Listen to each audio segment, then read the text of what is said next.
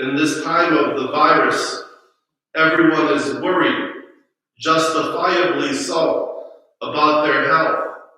Everyone is trying their best not to infect anyone, not to be infected by anyone. We are worried about our lives.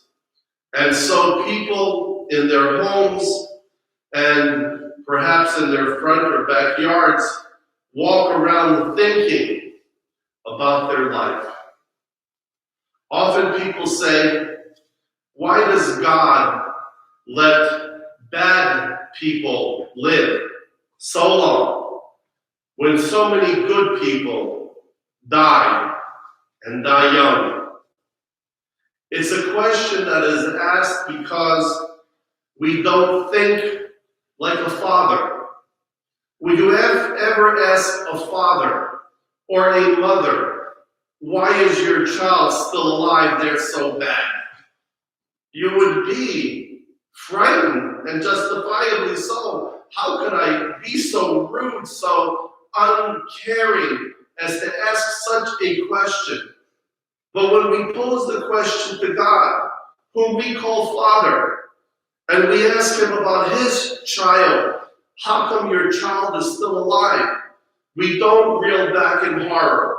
We don't think it's an impertinent or even an insulting question, but it is. One of the things about bad people is that they punish themselves. They punish themselves by never becoming the people they were called to be. They are in effect strangers to themselves because they spend their time doing and thinking about things that do not make them noble, but in fact that hurt themselves and destroy themselves. And we as Christians look upon them as our brothers and our sisters. Sometimes we are hurt by them, and we think, well, they don't deserve for me to pray for them. Yes, they do. Even more so. Did you ever notice that in nature, God teaches us a lot of lessons? And one lesson is this, that the human body is made so wondrously that when it is hurt, why is my hand cut? Why is my bone broken? How could they do this to me? I don't deserve this. Nature doesn't care. Nature begins to heal immediately. Your body begins to heal immediately. And perhaps in this, there's a lesson for us that when we are hurt by someone, especially during this time of Lent, when everyone is worried about themselves, because pain can still happen through all types of media and thoughtless words, that we should be like our body is. Begin to heal immediately. Don't ask yourself the questions, why me? Why did this happen? Seek the cure immediately. Help the person who doesn't want your help by kind words, by prayers, by thoughtfulness. A lot of people think during Lent that it is a time of suffering, and perhaps it is the wrong question. They go, how can I suffer? When they should be asking themselves, how can I love? Pain never saved anyone. Suffering is not the road to contrition or repentance. Love is. And like nature, we should always ask ourselves, how can I heal?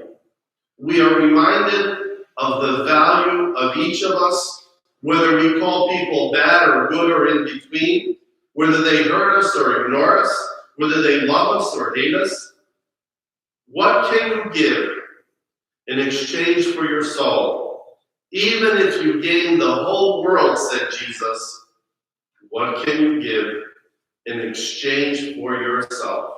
So in these uncertain times, and in these times of suffering and separation, and perhaps some people are going through horrible pain by burying their loved ones or watching them die alone, unspeakable tragedy can also be unspeakable healing, unspeakable goodness.